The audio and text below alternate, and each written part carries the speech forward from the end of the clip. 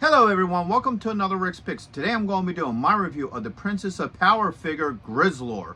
So what I'm going to do is I'm going to look at him in packaging, then I'm going to take a look at the figure and his accessories, and then I'm going to give you my thoughts on it. And just remember, if you do like this video, go ahead and check out my Masters of the Universe playlist and hit that like, share, and subscribe. They're all small clicks for you, but it really helps this channel grow. So without any further ado, let's get to the review. So first we're going to take a look at him in packaging. So first off, the packaging looks pretty cool. It's pretty much standard Masterverse packaging. So you got the black leading into a blue doing the border. All right, you got your age restriction here. If I bring it up close, you got Masterverse there. You got your skew. And then you got the top of the window. All right. So you're looking at the window here where you can see the figure, all his accessories, Princess of Power, Grizzlor, and Mattel. Spin him around this way. You just get his name. Alright, spin around this way. You'll also see this nice picture of him. That looks really nice. You get, you know, that he's part of the evil horde. Get this information here in the corner. Some more information. All your legal underneath. And then you get everybody else that's part of this wave. Spin him around here.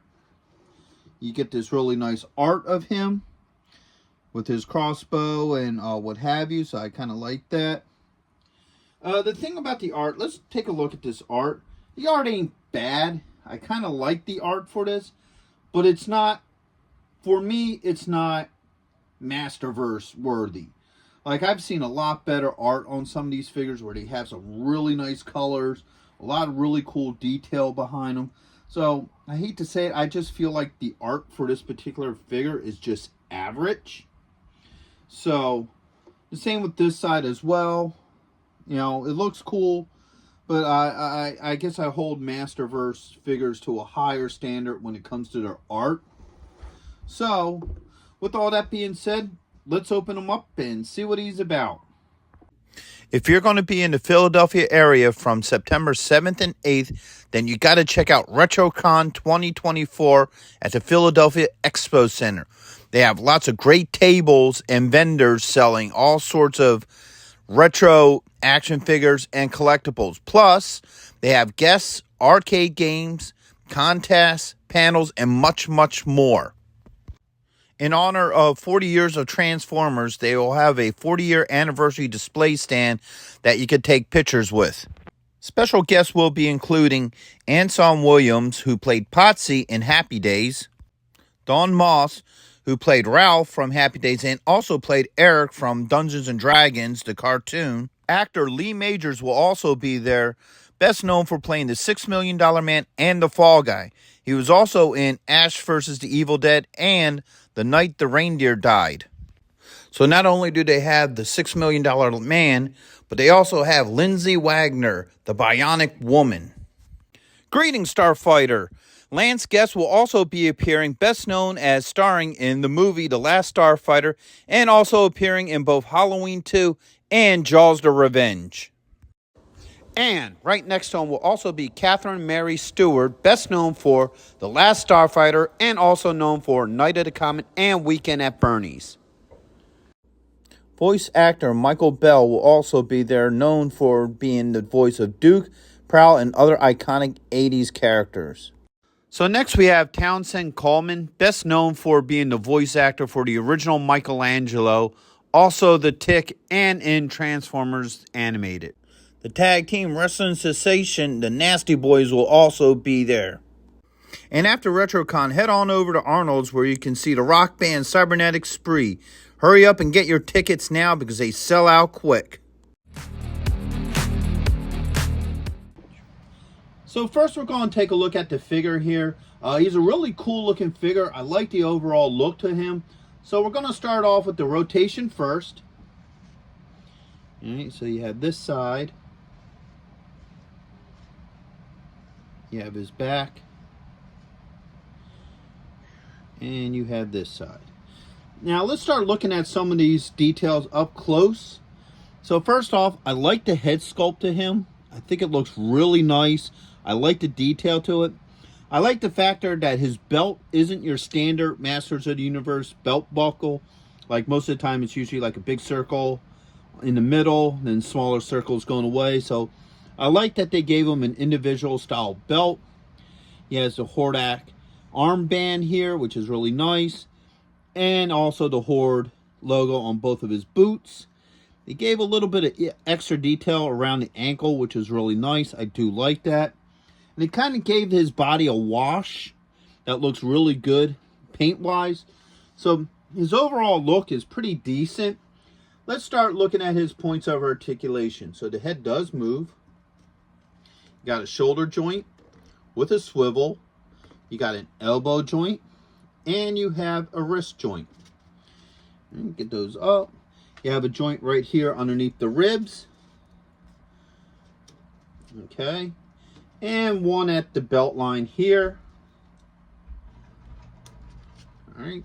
You have a thigh joint with a swivel. All right. Spin them around this way. You have a knee joint. A swivel at the top of the boot. And you have an ankle joint. But like most ankle joints, it don't do much movement, but it is there.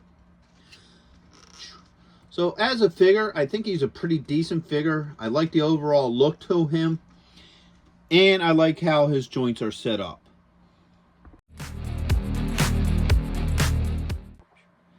So now we're going to look at the different accessories that come with him. First off, he does have the standard Horde, chest piece with the Horde symbol on the front, which is nice. Now, unlike the original Grizzlor figure that had like this weird fuzzy body, instead they gave it to him separately. So it's actually a coat that goes over him, which is pretty neat. Okay. He comes with 2 extra hands. So he has a closed fist and an open hand. Okay. He comes with the standard Horde crossbow. And what I'm liking about these figures is I noticed that they're customizing the crossbows for them. So, like, yes, the original Grizzlor figure's crossbow was green, but all the crossbows basically had a basic look to them. Where this is more customized. You get like this monster look with this red eye here. I really like this. Then you got like whatever this like lava kind of electricity to it, which is really nice. So I really love the detail to it. And it almost has a metallic look to it, like a semi-gloss. I like that overall look to it. And last but not least, he comes with a battle axe. All right, I like how it has the Horde logo on each side. So I think his accessories look pretty cool. Now let's start putting this stuff on. So now, first off, to get the pelt on him, you actually have to remove his head. All right. And then this kind of fits on here, just like that. All right, you put this cross section on. Now, this thing's a little bit of a pain because like most of your Masters of the Universe figures use this belt system, which locks it on really nice once you get it on. But getting it on can be a little bit of a challenge. All right, so let's get this on here.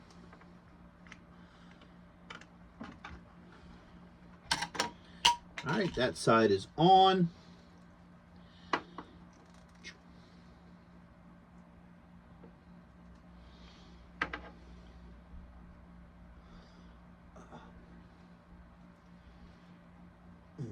You know what? Hold on. Here we go. Just get a little tool here just to pull that on through there.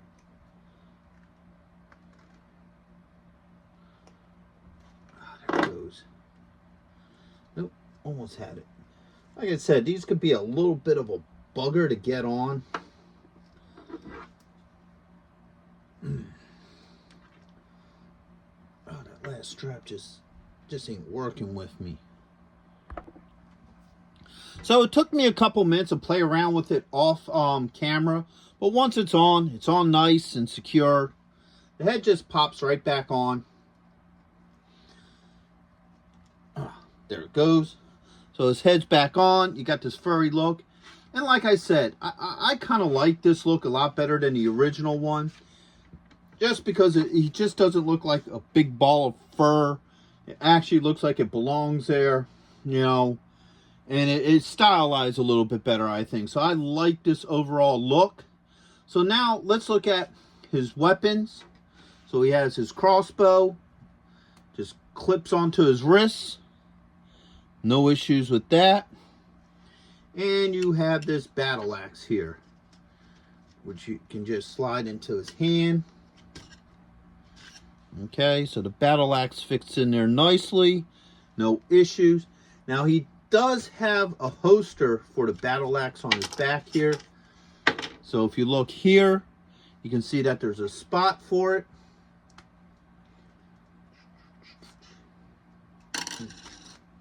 So that fits on there nicely. I don't have any issues with that. And now let's check out the two hands. So that pops out very easily. Boom, that hand fits there. And that hand fits there. So the two hands swap out really well. I don't have any issues. And the nice thing about the crossbow is you don't need a holding hand. So even with the fist in, you can still get the crossbow on him. So that's pretty nice.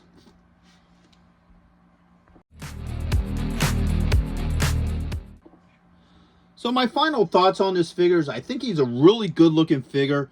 I like the updates to him. I like the factor that his pelt is a separate piece. It looks a lot nicer than the original figure, opposed to it just been like this giant furry blob on him. So I do like that look on him. All his joints work really well. I had no problems. They weren't too tight. They weren't so loose. So I like the overall feel of his joints. All his weapons fit fine. I didn't have any problems getting them into his hands or in the positions that they fit onto him afterwards.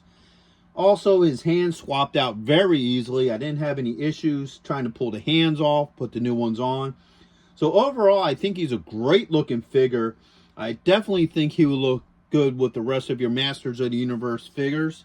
So with that being said, I hope you did like this review. If you did, go ahead and check out my Masters of the Universe playlist and hit that like, share, and subscribe. They're all small clicks for you, but it really helps this channel grow. So, until the next one, late.